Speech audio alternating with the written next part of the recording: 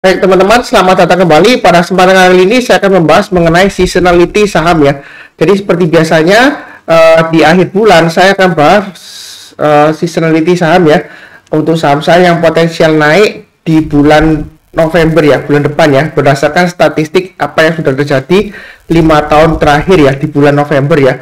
Jadi berdasarkan statistik tersebut kita bisa menarik kira-kira kesimpulan probabilitasnya ya. Di bulan November nanti apakah dia akan naik lagi atau tidak ya, seperti itu ya.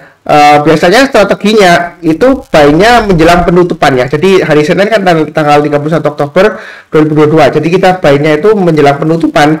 Kalau kita buy kemudian kita pasang stop loss-nya, kemungkinan besar sih rata-rata naik ya, yang saya bahas ya. Ya nggak semuanya, tapi nanti saya lihatkan statistiknya apa yang sudah terjadi, apakah masih naik lagi atau enggak ya. Tapi sebelumnya saya akan informasikan dulu untuk event yang akan datang. Sebentar saya ganti layarnya dulu ya. Jadi untuk event yang akan datang edukasi atau gathering ya, untuk hari Jumat itu gatheringnya malam jam 7 sampai dengan jam 9 malam. Jadi yang berminat silakan mendaftar. Nanti kita akan bahas mengenai bagaimana kita bisa mendapatkan profit besar dari bear market Amerika ya. Jadi kalau kita perhatikan di gambar ini ya, itu IHSG year to date dibandingkan dengan SP 500, salah satu indeks Amerika ya. Nah itu dia SP 500 itu dia dalam kondisi bearish banget ya, sudah turunnya dalam banget, sudah minusnya 2 digit. Sedangkan IHSG kita, market kita itu kuat banget ya, seperti itu ya. Jadi kita jangan terlalu takut resesi lah, seperti apa dan lain-lain ya. Karena buktinya market kita itu kuat kalau dibandingkan dengan Amerika. Tapi kalau kita mendengarkan filosofi yang lumayan terkenal ya, yang dipopulerkan oleh Baron Rothschild ya, itu salah satu bangsawan keturunan banker ya. Dia mengatakan buy when there is blood in the streets even if the blood is your own ya. Jadi ketika marketnya itu bearish ya, itu disarankan supaya kita untuk mulai masuk untuk investasi untuk saham-saham yang bagus. Jadi saya akan perlihatkan praktek langsung kira-kira saham Amerika apa yang bagus ya dikala dia bearish ya, seperti itu ya. Jadi yang misalnya mau istilahnya itu diversifikasi portfolionya ke saham-saham Amerika, bisa silakan join ya, seperti itu ya. Jadi saya bukan promo aplikasi atau sebar referral link, enggak ya. Jadi saya kan benar-benar pandu. Saya nggak mau menjual impiannya. Jadi saya nggak seperti influencer yang lainnya, dia memperkenalkan suatu aplikasi beli saham Amerika terus bisa untung sampai 100 miliar gitu ya. Enggak ya, saya nggak mau menjual mimpi ya. Ada yang mengatakan saham Amerika itu lebih aman dan lain-lain dan sebagainya. Nanti kita bahas di acara gathering tersebut ya, atau acara edukasi tersebut. Jadi saya langsung balik ke materi untuk pembahasan seasonality ya. Jadi perlu diingat, seasonality adalah statistik ya, apa yang sudah terjadi dalam 5 tahun terakhir di bulan tertentu. Sebelumnya saya lihatkan dulu ya. Jadi setiap akhir bulan saya akan bahas seasonality untuk bulan depannya. Jadi ini untuk September contohnya ya, itu saya bahas di akhir Agustus. Tujuannya supaya Anda ada kesempatan untuk buy sebelum marketnya close di bulan itu ya. Jadi untuk bulan depan. Nah yang saya bahas ini contohnya sebelumnya untuk September itu saya bahas ada 11 saham, 10 saham ya. Yang BBI saya skip. Bukan, sebentar maaf. Ya 11 saham ya. Jadi dari 11 saham ini yang saya bahas itu yang naik adalah, kalau kita hitung ya, yang ditebalkan ini yang naik 1, 2, 3, 4, 5, 6, 7, 8, 9. Jadi dari 11 saham yang saya bahas berdasarkan seasonality itu dia 9 naik ya, seperti itu ya. Jadi kemungkinannya bagus ya, winningnya bagus ya, seperti itu ya. Nah memang seasonality ini nggak harus selalu akurat 100% enggak ya. Jadi dia berdasarkan statistik, dia bukan analisa teknikal, bukan analisa fundamental, bukan, tapi berdasarkan statistik. Dengan berdasarkan statistik tersebut ya, kita bisa memprediksi kira-kira bulan depannya akan terjadi atau enggak, probabilitasnya seperti apa. Dan average gini, loss-nya ini yang sebelumnya di bulan September ya, dalam 5 tahun terakhir di bulan September. Nah ini saya perlihatkan winningnya lumayan. Kemudian untuk Oktober saya buat juga lagi, ini saya zoomkan ya. Saya riset bahasnya ada 12 saham. Tapi yang saya sarankan waktu itu hanya 11. Yang MAC ini nggak saya sarankan karena dia masih strong downtrend ya waktu itu kondisinya ya. Jadi saya nggak memaksakan diri. Di sana saya perlihatkan, saya bahasnya berarti 11 saham ya. Dari 11 saham itu satu yang nggak naik. Sebenarnya ini INTP ini nggak naik juga nggak turun ya, kurang lebih cuma 1 tick kalau nggak salah naiknya gitu ya. Jadi bisa dikalahkan ya gagal, boleh dikalahkan gagal ya seperti itu ya. Jadi dari 12 saham, maaf 11 saham ya, maknya kan ke depan. Dari 11 saham, satu saham aja yang gagal, 10 saham yang berhasil ya seperti itu. Jadi probabilitasnya bagus. Berhasil itu dalam arti ya, kalau Anda belinya di akhir September, karena saya bahas videonya di September ya, untuk Oktober, ketika Anda sudah buy menjelang penutupan di September ya, nah Anda kalau pasang trading stop itu winning semua, walaupun mungkin cuannya atau profitnya hanya 1%, tapi ada yang luar biasa juga ya kalau Anda hold ya, seperti Bank Mandiri dia naiknya lumayan tinggi seperti itu ya. Jadi winning rate-nya bagus ya seperti itu. Ini untuk Oktober. Nah, kira-kira bagaimana Pak Sunar untuk November ini? Nah, untuk November ini saya akan bahas juga total saham yang saya bahas adalah sekitar 11 saham juga. Jadi nggak semuanya ya. Jadi yang 100% sampai dengan 80% yang saya bahas, kira-kira bagaimana potensialnya, apakah akan terulang lagi di bulan November ini ya. Seperti itu ya. Memang berdasarkan statistik ini winning rate-nya bagus ya. Tapi apakah terulang kembali kita nggak akan tahu pasti ya. Nah, di sini untuk worksheet-nya ini saya akan bagikan linknya dari video deskripsi di bawah ini. Kalau Anda mau lihat saham-saham yang lainnya, kira-kira gimana statistiknya ya. Ini saya password ya. Passwordnya adalah MySP Stock ya. MYSP STOCK ya. Jadi tujuannya saya password adalah saya nggak ingin orang-orang yang nggak berhak untuk melihat file ini ya, seperti itu ya. Yang berhak adalah orang yang sudah menonton, yang sudah paham betul apa yang sudah saya kemukakan ya, seperti itu ya. Itu tujuannya. Jadi bukan berarti reseh Pak Sunar kok di password dan sebagainya. Input passwordnya 2 kali ya, seperti itu ya. Nah, jadi kurang lebih cukup ya. Saya perbesar lagi supaya lebih jelas ya. Karena Anda bilang kurang jelas. Oke, saya langsung bahas ke chartnya. Yang pertama adalah untuk saham BEL ya, BELL ya, sebentar. Memang kalau kita perhatikan untuk saham BEL ini, dia fluktuasinya lumayan tinggi ya, volumenya kadang-kadang naik tinggi, kadang-kadang turun drastis ya, seperti itu ya. Coba saya lihatkan, bentar ya. Nah, yang pertama untuk saham BEL, BELL. Nah, kalau kita perhatikan, memang ini saham BELL ini dia masih cenderung downtrend. Secara gampangnya dia dari mana Pak Sunar? Dia MA20-nya masih mengarah ke atas, mengarah ke bawah ya. Dan harganya itu masih di bawahnya MA20-nya ya, seperti itu. Jadi masih strong downtrend. Walaupun secara statistik dia 100% naik di bulan November ya, kenaikannya rata-rata 6,68% ya, seperti itu ya. Jadi kalau kita perhatikan di sini, misalnya kalau ada buy ya, pasang stop loss-nya ya, Anda bisa pakai strategi sebelum penutupan Anda boleh buy, pasang stop loss-nya di 109. Jadi kalau dia turun di 109 Anda jual, atau kalau mau amannya Anda tunggu aja kalau dia sudah berhasil breakout ke atas 146 ya, higher high seperti itu ya. Jadi kalau dia breakout ke atas 146 Anda boleh buy. Tapi kalau Anda pakai strategi, pokoknya Pak Sunar saya mau yang sebelumnya yang sudah saya cobain ya. Jadi belinya itu menjelang penutupan Anda beli ya, seperti itu. Tapi dibagi-bagi ya, jangan semuanya satu saham ya, seperti itu ya. Tapi ini berdasarkan statistik ya. Boleh dikatakan gambling juga. Ya benar juga kalau dikatakan gambling ya. Karena secara trennya dia downtrend ya, seperti itu ya. Fundamentalnya juga mungkin nggak mendukung juga ya. Jadi ini jangan dimakan mentah-mentah langsung buy tapi nggak tahu resikonya ya. Saya sudah sebutkan resikonya. Pasang stop lossnya di bawah 109. Kalau dia turun bawah 109 jual dulu semuanya. Nah setelah naik Anda tinggal pasang trading stop aja, mulai dari 1%, 2% terserah Anda ya, seperti itu ya. Ini kurang lebih untuk BEL. Oke, berikutnya untuk BRPT. Memang terakhir BRPT dia sempat koreksi ya, seperti itu. Tapi kalau Anda buy juga sebenarnya sih masih cukup bagus lah, masih sideways, tapi sideways-nya dia di bawah ya. Jadi kalau misalnya untuk BRPT ini Anda buy, Anda bisa pasang stop loss-nya di 820. Kalau dia turun pada 820, jual dulu semuanya, seperti itu ya. Nah, kalau dia berhasil naik lagi ke atas 860, Anda mau tambah lagi atau average up, silakan. Target price berikutnya 890 dan 925 ya, kurang lebih seperti itu ya. Jadi ini juga area buy and risk sudah saya gambarkan di 835 ya. Harusnya yang sudah nonton, yang sering nonton, rajin menonton, rajin mencatat, harusnya sudah buy ya. Walaupun terakhir merah sebenarnya masih cukup bagus ya. Ini berusaha untuk naik ke atas. Jadi masih ada peluang untuk naik, nggak pas untuk bulan November ini ada ya untuk BRPT ya. Jangan lupa pasang trading stop-nya atau stop loss-nya. Oke, berikutnya untuk BBTN ya. Jadi kalau kita perhatikan di sini, sebentar saya lihatkan filenya untuk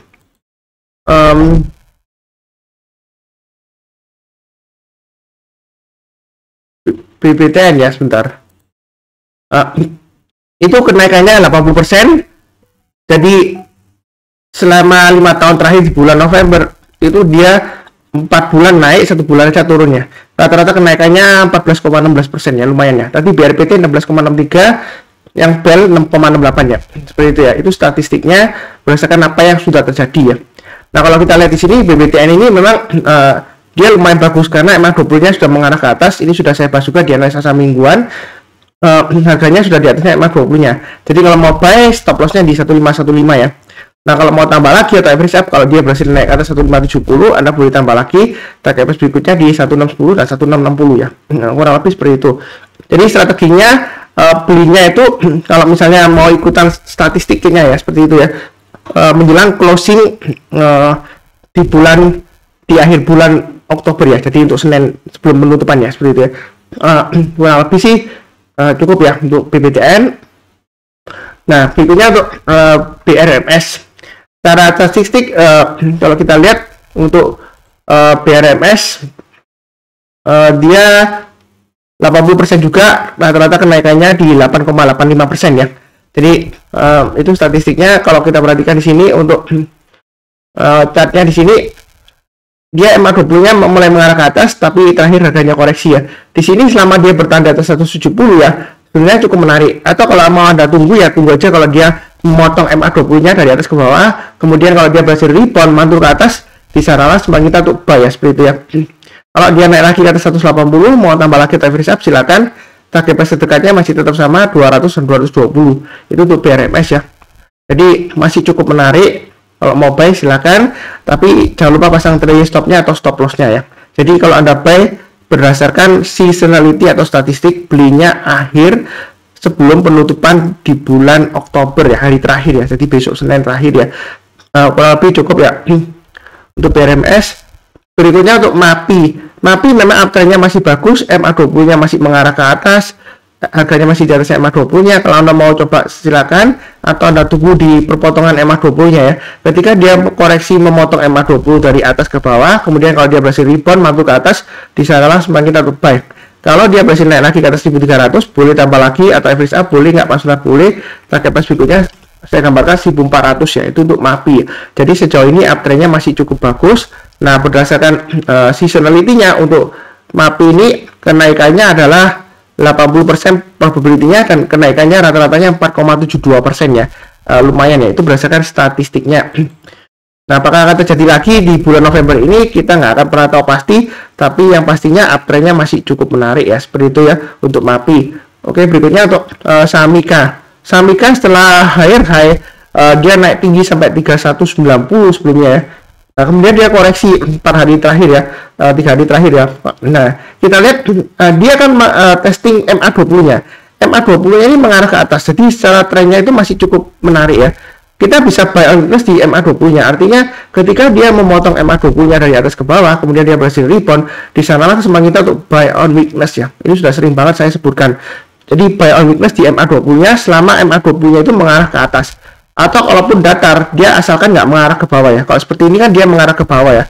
Nah, seperti ini walaupun dia breakout ke atas, tapi kan MA20-nya mengarah ke bawah. Jadi belinya jangan terlalu banyak, karena ada potensial masih lanjut ya. Nah, seperti itu ya. Nah, kalau ini kan masih mengarah ke atas, jadi masih ada potensial untuk naik lagi. Banyak bertahap aja. Kalau dia naik setiap kelipatan Rp50 atau Rp100, Anda boleh tambah lagi atau average up ya. Jadi langsung buy boleh menjelang penutupan ya. Kurang lebih seperti itu untuk Mika. Statistiknya untuk Mika dia 80% naik probabilitasnya dalam 5 tahun terakhir di bulan November. Nah, kemudian average gain-nya sekitar 3,92% ya, itu untuk Mika. Oke, berikutnya untuk ASSA. Nah, ASA ini emiten kalau nggak salah transportasi ya, seingat saya. Dia downtrendnya masih cukup kuat ya. MA20-nya masih mengarah ke bawah, harganya masih di bawahnya MA20-nya. Tapi kalau Anda mau spekulasi copet ya, berdasarkan statistik ya, Anda boleh coba-coba, tapi pasang stop loss-nya di 1060 ya, seperti itu. Nah, ini saya ingatkan lagi, bukan saya sesat mengajari ini saham downtrend kok dibeli, enggak. Kalau Anda mau spekulasi berdasarkan statistiknya ya, seperti itu. Karena sebelumnya, seperti yang saya bahas dari awal, September, Oktober itu winning rate-nya bagus ya, dari 11 kurang lebih 10 sampai 11 saham yang saya bahas ya, seperti itu ya. Winning rate-nya bagus, tapi asalkan jangan lupa pasang trade stop dan stop loss juga ya, seperti itu ya. Nah, kalau untuk ASA ini kalau dia berhasil breakout lagi ke atas 1265 ya, ini saya gambarkan aja. Target price-nya di mana Pak Sunar? Kalau sudah naik ke atas 1265, kalau dia berhasil naik ke atas 1265, maka kita pakai acuan swing hari sebelumnya di sini. Target price berikutnya 1370. Naik lagi ya kita tambah lagi di 1460, target price-nya di 1580 ya. Kurang lebih seperti itu. Jadi memang masih downtrend, kita belinya bertahap aja. Kalau misalnya takut ya. Kalau berdasarkan seasonality ya Anda jangan lupa pasang stop loss-nya maksimum. Kalau turun di bawah 1060 Anda jual dulu semuanya karena masih strong downtrend ya. Kurang lebih seperti itu. Nah, ini Sido. Kalau kita lihat, sebentar saya lihat kembali ke seasonality-nya lagi. Nah, ini tadi ASA 3,66 ya. Sido dia 80% naik di bulan November dalam 5 tahun terakhir ya. Jadi 5 tahun November ya, seperti itu. Itu dia kenaikannya 2,76 ya untuk Sido ya. Jadi kalau kita lihat di sini bagaimana Pak Sunar? Ini memang sebelumnya dia turun dalam ya. Karena laporan keuangannya jelek. Nah, ini sudah mulai mengarah ke atas. Nah, sebelumnya banyak yang tanya ke saya, Pak Sunar sudah saatnya buy Sido nggak? Jawaban saya selalu belum ya, karena masih strong downtrend. Amannya kalau dia sudah berhasil naik karena 750 ya, seperti itu. Nah, memang kalau bicara sudah terjadi itu ngomongnya gampang ya. Kalau sudah terjadi Anda bisa aja pamer-pamer kemana-mana ya. Oh Pak Sunar, mungkin di kemana-mana. Saya belinya loh di 630, katanya masih resiko downtrend. Buktinya tuh naik, sudah cuan saya 750. Ya Anda laki ya, seperti itu ya, karena memang kadang-kadang di saham itu ada belinya di bawah kemudian naik tinggi ya, Anda bisa aja faktor keberuntungan bisa aja. Tapi yang penting di sini kita adalah follow the rules ya. Kalau masih downtrendnya masih kuat, kita belinya di atas itu. Kenapa? Untuk konfirmasi ya. Jadi memang ini cenderungnya masih sideways di jalur downtrendnya. Apakah dia masih bisa naik lagi? Kalau berdasarkan seasonality Anda bisa buy ya. Pasang aja, kalau mau pasang trailing stopnya atau stop lossnya Anda pasangnya di garis yang sudah saya berikan ini 700 ya. Kalau turun banyak 700 jual dulu semuanya. Memang agak jauh ya, seperti itu ya. Tapi Anda kalau mau coba-coba berdasarkan statistik ya, Anda belinya sebelum penutupan hari Senin ya, tanggal 31 Anda beli, kemudian jangan lupa pasang trailing stopnya atau stop lossnya ya. Mudah-mudahan Novembernya naik ya. Ya boleh dikatakan strategi statistik itu gambling juga ya, karena itu kan statistik ya, probabilitas ya, seperti itu ya. Tapi kan sejauh ini yang sudah saya perlihatkan ya, September winning rate-nya bagus ya. Kalau kita beli semua sama rata ya win ya, seperti itu. Oktober juga sama win, malah cuma satu aja yang loss ya. Kalau Oktober ya lainnya win semua. Nah, ini November apakah sama juga, kita nggak akan pernah tahu pasti. Yang pasti adalah tetap pasang trailing stop dan stop loss-nya ya. Kurang lebih seperti itu. Kemudian IMPC itu berikutnya ya. Nah, kalau kita lihat untuk IMPC ini bagaimana Pak Sunar? Memang trennya masih downtrend ya. Ini downtrendnya kuat banget ya, sangat kuat banget ya. Jadi kalaupun Anda mau istilahnya spekulasi ya, ini resikonya besar. Tapi kalau berdasarkan seasonality Anda belinya di hari Senin ya, tanggal 31 sebelum penutupan ya, sekitar 5 menit atau 10 menit Anda buy. Jadi besoknya Anda jangan lupa pasang trailing stopnya atau stop loss. Kalau dia lower low, kalau kita perhatikan di sini kan low-nya yang terakhir kan di 3.400 ya. Kita nggak tahu low-nya Senin berapa, tapi kalau dia lower low ya jual dulu semuanya ya, seperti itu ya. Karena ini masih strong downtrend ya, jangan melawan tren ya. Saya tidak pernah mengajarkan untuk melawan tren. Ini kan downtrend Pak Sunar. Iya, kalau Anda mau buy berdasarkan seasonality boleh aja, tapi jangan terlalu banyak, dibagi rata ya dengan saham-saham yang saya bahas sebelumnya. Mau coba silakan ya, seperti itu, tapi resiko ditanggung masing-masing. Jangan sampai kalau Anda nyangkut nanti nyalahkan Pak Sunar ya, karena saya nggak bisa mengatur harga saham di pasar saham. Saya nggak pernah menyelesaikan orang lain, saya hanya membeberkan apa yang sudah terjadi berdasarkan statistik. Kalau Anda mau coba silakan, tapi kalau berdasarkan trennya ini memang belum buy ya, seperti itu ya. Oke, berikutnya itu SRTG. SRTG ini kalau kita perhatikan statistiknya ya, dia naiknya 80% di bulan November ya. Jadi November 2021, November 2020 dan seterusnya 5 tahun terakhir ya. Nah, itu dia kenaikannya 1,04% ya rata-ratanya. Ya memang tipis ya, seperti itu ya. Nah, ini kalau kita perhatikan sahamnya masih cenderung lesu di bawah ya. Masih cenderung downtrend sebenarnya. Nah, ini kira-kira apakah sudah buy Pak Sunar?